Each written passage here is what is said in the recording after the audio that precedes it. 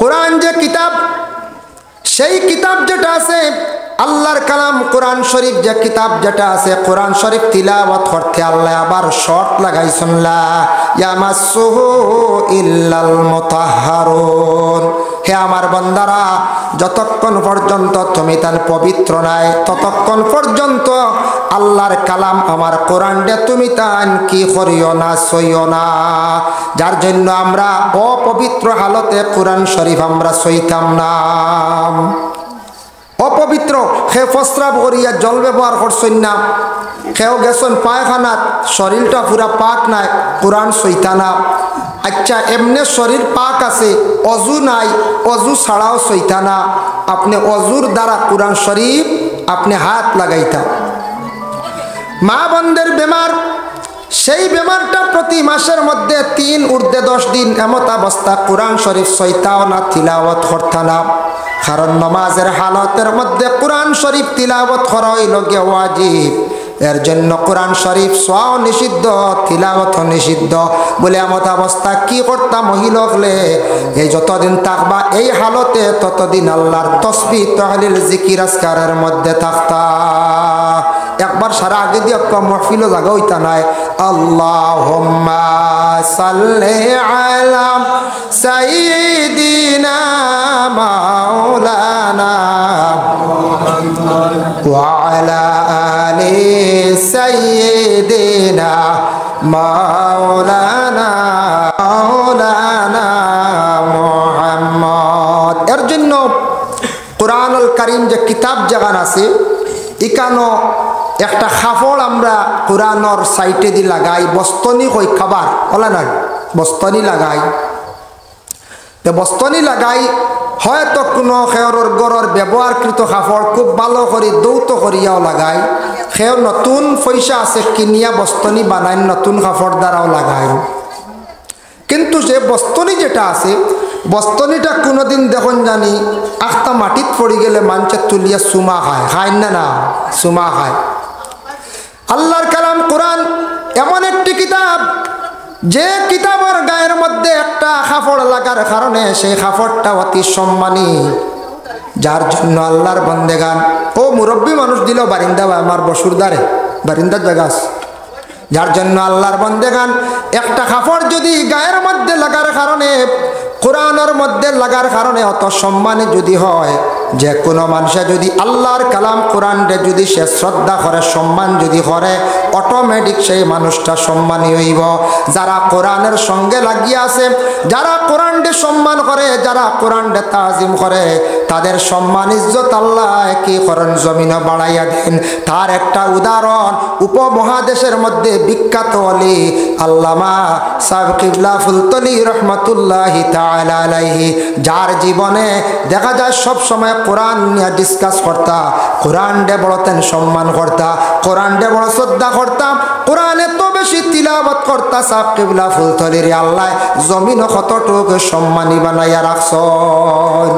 ফুলতলির লাগে কেউ তুলনা দেওয়ার মানে জলদি জি না। এ কোরআন ডে সম্মান করার কারণে, কোরআনের এমন একটা সুব্যবস্থা জমিনে তুইয়া গেছেন, বিশুদ্ধভাবে কোরআন ডে শিক্ষা অর্জনের সুব্যবস্থা দারুল কিরাত। আমরা দারুল কিরাত রেখেও অবহেলা করি, ইনু দিয়া লাভ নাই, এটা খেয়েও আমরা অবহেলা করি। দারুল কিরাত খেয়েও দারুণ কিরাতও হয় কোনো সময়, ইনু দিহনার দারুণ কিরাত, দারুণ রুন নাই, দারুল কিরাত, কিরাতের গড় কোরআন শুদ্ধ করি পড়িবার একটা প্রতিষ্ঠান। রমজান মাসে শিক্ষা দেওয়া হয়, কোরআন শুদ্ধ হইত। কোরআন যে কিতাব, আল্লাহর কালাম শুদ্ধ করে যদি কোনো মানুষ তার জীবনে যদি সে পড়ে না, ছোট্টবেলা পড়ছি মসজিদের মধ্যে যাওয়ার পরে আমরা কোরআন শরীফ তিলাওয়াত করতে সময় পূর্ণাঙ্গভাবে হরফগুলা উচ্চারিত হইছে না, হরফ তার মখরজ থাকি তার স্থান থাকি হরফগুলা উচ্চারণ হয় না। বড় হওয়ার পরে যখন মানুষ সমুজদার হয়, তার ভাষাটা পুরা প্রকাশ হয়, ভাষাটা যখন পুরা পরিষ্কার হয়, এই সময় মানুষে মেহনত করলে ইমাম সাহেবের পিছনে শুনিয়া কোরআনটারে শুদ্ধ করত। নতুবা বাচ্চাদের রে দারুল কিরাতর মধ্যে দিয়ে কোরআন খানটা শুদ্ধ করাক্কা। কোরআন গলত করিয়া নমাজ পড়িলে নমাজ ফাঁসিদ হয়ে যায়। কোরআন নমাজের মধ্যে তিলাওয়াত করা ওয়াজিব, এর জন্য কোরআন শরীফ শুদ্ধ হইত। সারা জীবন গলত করিয়া নমাজ পড়িম, সেই নমাজ দ্বারা আপনার আমার কোনো ফায়দা হইতাম নাই। নমাজ পড়তে হলে কোরআন শুদ্ধ শর্ট। মাসলা দেখো, খেয়রের মুখ দাড়ি বিলকুল নাই, এন কিতা অন্য ধর্মের মানুষ নি বলে না, এই মুসলমান ঠিক আছে, তানারে হওয়া হইছে ফাসিক, আর কিচ্ছু নাই। কিন্তু মাসলা হইল একজনের দাড়ি আছে অত সুন্দর মিয়াসা বুবালা, তান কোরআন হলত বুল। আর অন্য দেখা গেছে একজন মানুষের মুখত দাড়ি নাই, কিন্তু তান কোরআন খান সহি শুদ্ধ, তান ফড়াও সুন্দর। মাসলা হইল গিয়া যার কোরআন শুদ্ধ এনরে আগে নমাজ দিলাইতা, দাড়ি লম্ব হইলে কোরআন গলত হইলে এনরে আগে দিয়া নমাজ পড়াইতা না। কত গুরুত্ব আইছে বলে দাড়ি লম্বা দান্ডে দিলাই কোরআন গলত না। যার দাড়ি নাইও বলা তার কোরআন সহি আছে, এ নমাজ পড়াইতো। কতটুকু গুরুত্ব আইছে মানে নমাজের ক্ষেত্রে আর কোরআনের ক্ষেত্রে। এর জন্য কোরআন তিলাওয়াত করতে গিয়া খেয়াল করবা, কিবলামুখী বসিয়া কোরআন শরীফ তিলাওয়াত করা হইল গিয়া মুস্তাহাব।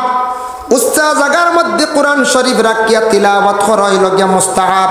কোরআন শরীফ তিলাওয়াত করতে সময় সুগন্ধজাত জিনিস জ্বালাইয়া তিলাওয়াত করবা।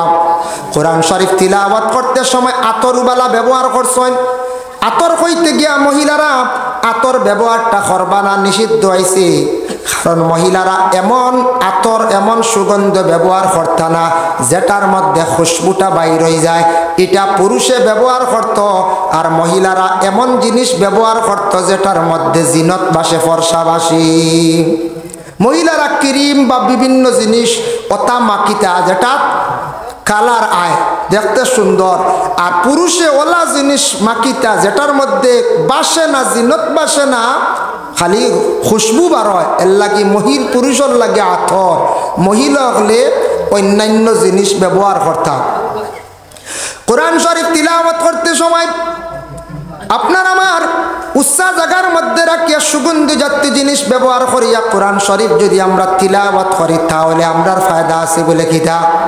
কোরআন আল্লাহর কালাম, ইনসানরা তিলাওয়াত জানে কিন্তু ফেরেশতারা আল্লাহর কালাম কোরআন শরীফ তিলাওয়াত জানে না। যার জন্য রাসূলুল্লাহ ফরমান, যে কোনো বান্দা কোরআন তিলাওয়াতের মধ্যে সে বসে আছে, এমত অবস্থায় নিকটে কোনো মানুষ নাই, তুমি বিশ্বাস রাখিও তোমার নিকটে আল্লাহর অসংখ্য ফেরেশতা হল তিলাওয়াত শুনতে আসুন। সুবহানাল্লাহ। এর জন্য কোরআন তিলাওয়াত করনেওয়ালার পাশে আপনি তাকিয়া শুনকা, আপনার সওয়াবের সমান অধিকার, একবারে সমান সওয়াব। শুননেওয়ালার মনোযোগ দিয়া যদি সওয়াবের উদ্দেশ্য যদি শুনেন তাহলে সওয়াব সমান। তিলাওয়াত করনেওয়ালা যতটুক, শুননেওয়ালার ততটুক। তবে এর মধ্যে পার্থক্য আছে। তিলাওয়াত করনেওয়ালার যত বেশি কোরআন শরীফ তিলাওয়াত করবা দাঁত মজবুত হইব, গলার মধ্যে পাওয়ার থাকবো, গলার কণ্ঠ ভালো হইব, চক্ষুর জ্যোতি আল্লাহর যাতে বাড়াইয়া দিব। এর জন্য কোরআন তিলাওয়াত করলে হাড়ের মধ্যে মজবুততা আছে। যারা বাচ্চারা কোরআন শরীফ হিফজ করডা মাদ্রাসার মধ্যে গিয়া বাচ্চারা এত বেশি ফড়ন কিন্তু তার হাড় নষ্ট হয় না, তার কারণ কি? হাড়ের মহা ঔষধিয়া থাকছে গিয়া কোরআন।